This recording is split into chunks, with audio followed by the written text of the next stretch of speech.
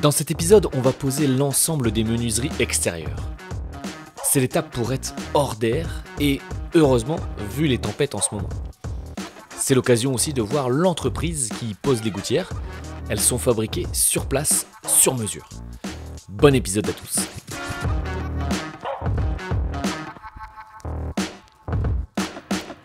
Hello Internet, et toujours sur le chantier, c'est l'étape des menuiseries. On va poser les belles menuiseries K-Line. Ça va être hyper sympa, c'est vraiment une étape que j'attendais aussi avec impatience. On vous parlera de BSO, donc les brises soleil orientables.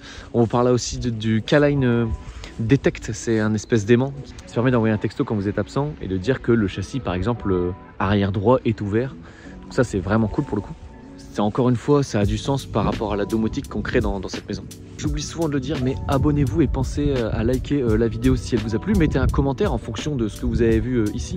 Et surtout, activez la cloche pour ne rien louper. Évidemment, c'est une grande série d'épisodes. Il y en aura plein après, il y a déjà pas mal d'épisodes qui ont été faits. Donc si vous les avez pas vus, allez les consulter. Maintenant, on passe à la suite de la vidéo. C'est l'arrivée du beau et grand camion K-Line. Le Père Noël est passé avant l'heure. On commence par rentrer l'intégralité des châssis. Parce que le nord c'est bien, mais la pluie c'est moins bien. Nos menuisiers décident de démarrer par les baies vitrées. Vous vous souvenez, dans l'épisode des 2000 Intos, pour ceux qui sont là depuis le début,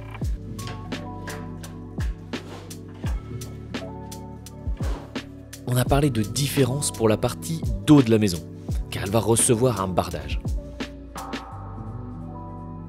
Donc les châssis ont été commandés avec des élargisseurs, histoire que le bardage puisse mourir sur les élargisseurs plutôt que sur les châssis eux-mêmes.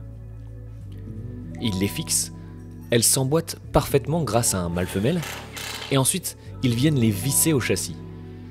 La patte de fixation est plus large, donc elle permet de fixer les châssis aussi en applique sur la maçonnerie. Pour la partie haute, une patte de renfort sera aussi fixée.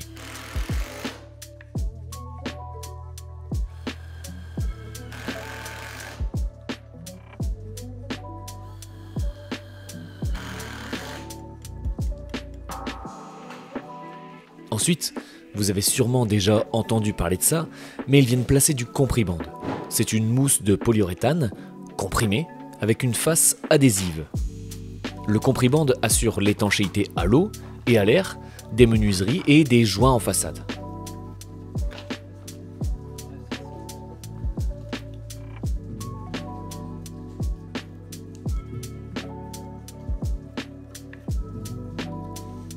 Ils font le tour complet et celui-ci va venir mourir sur la maçonnerie.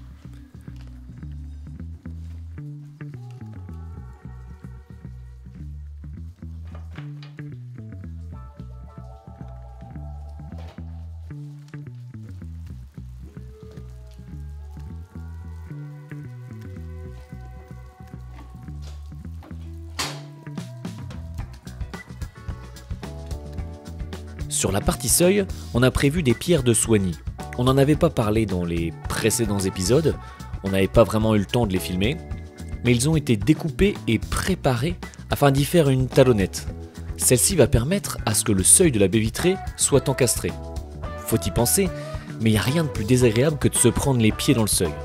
C'est des détails, mais c'est le principe d'une construction. On fait la maison à notre image. Il prépare aussi du compribande et un joint de silicone pour parfaire l'étanchéité à l'air.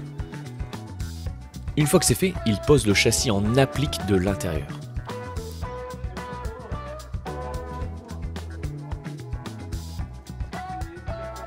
Petite technique maison pour qu'il tienne pendant qu'il fixe, ils utilisent une simple barre en acier plié. C'est simple, c'est efficace. J'adore les petites techniques comme ça de chantier. Ils percent au perforateur et viennent fixer à l'aide d'une cheville, tous les 50 cm à peu près. Une fois que c'est fait, ils viennent les rendre étanches à l'air grâce à un filet de silicone sur le pourtour. Dans l'intégralité des menuiseries commandées, on a opté pour des DVI, appelés ici K-Line Detect. Mais qu'est-ce que c'est ? En fait, c'est des aimants alimentés électriquement, connectés et contrôlables, afin de savoir si vos portes et vos fenêtres sont ouvertes, fermées ou verrouillées. Elles peuvent même être couplées avec un pack d'alarme. Alors ça ne coûte quasiment rien, c'est une option que propose K-Line, et évidemment c'est ultra utile. Que vous ne l'utilisiez pas à l'instant T, mais prévoyez-les, c'est toujours intéressant. On vous présentera d'ailleurs dans un prochain épisode le futur équipement alarme.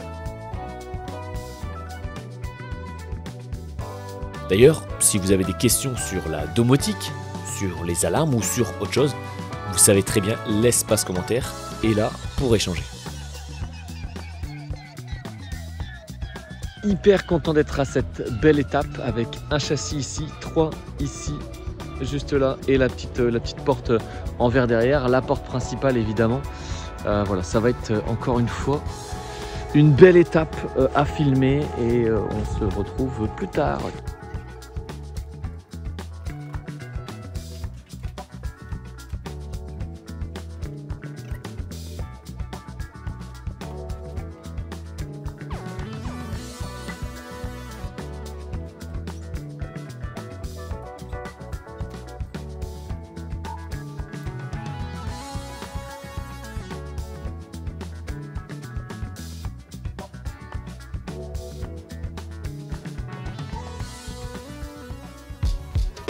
Alors là, c'est la pièce maîtresse de la maison. La porte et ses beaux vitraux. Je vous laisse la suite de la pose de ces châssis en musique.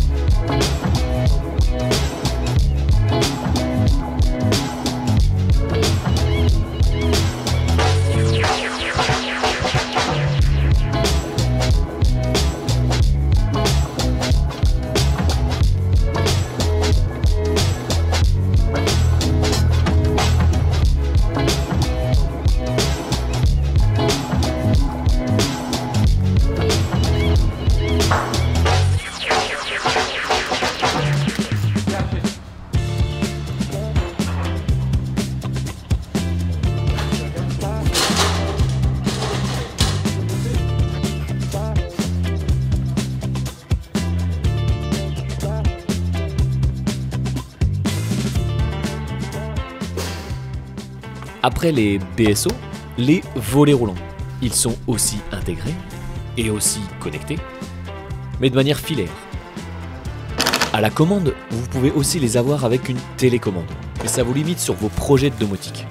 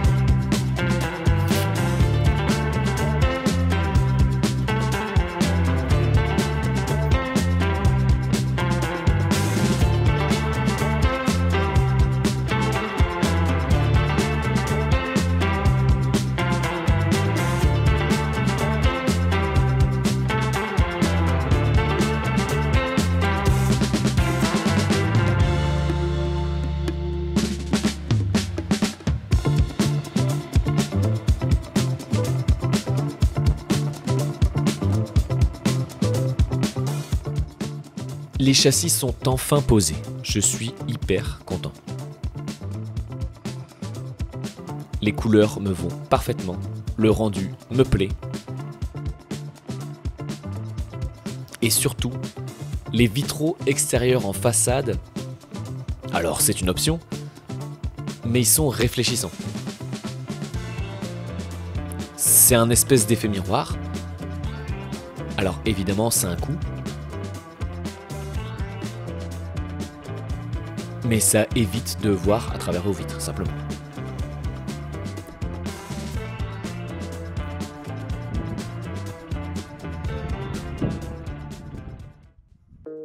Place aux gouttières.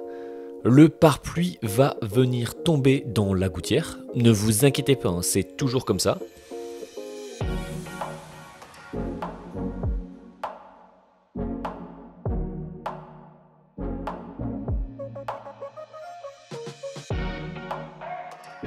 Alors ce qui est impressionnant, c'est qu'ils ont mis 1 heure pour faire 3 gouttières sur mesure. Bah oui, ils fabriquent sur place aux dimensions voulues. Ils viennent sertir en bout de gouttière et viennent faire l'étanchéité de celle-ci avec du silicone.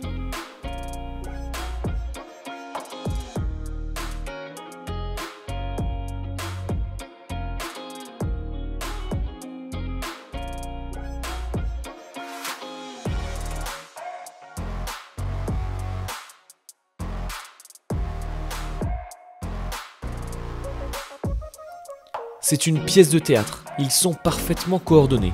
Ils font ça tous les jours, c'est hyper agréable à voir.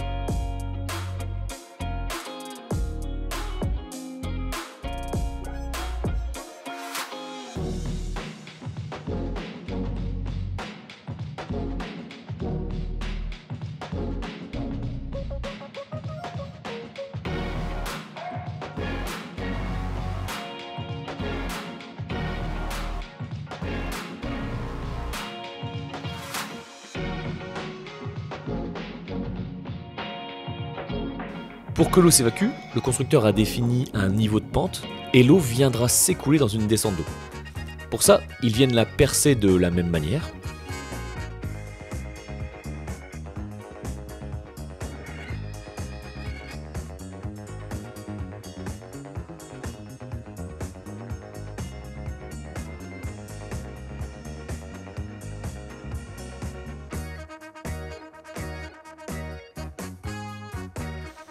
Et cette descente, il la plie aux dimensions de la sous-face. Elles ne sont pas les mêmes devant et derrière, et ce n'est jamais vraiment standard. Si vous avez un bardage ou un enduit, ce n'est pas pareil non plus. Donc ils font en fonction de vos besoins. C'est quand même ultra satisfaisant, non ?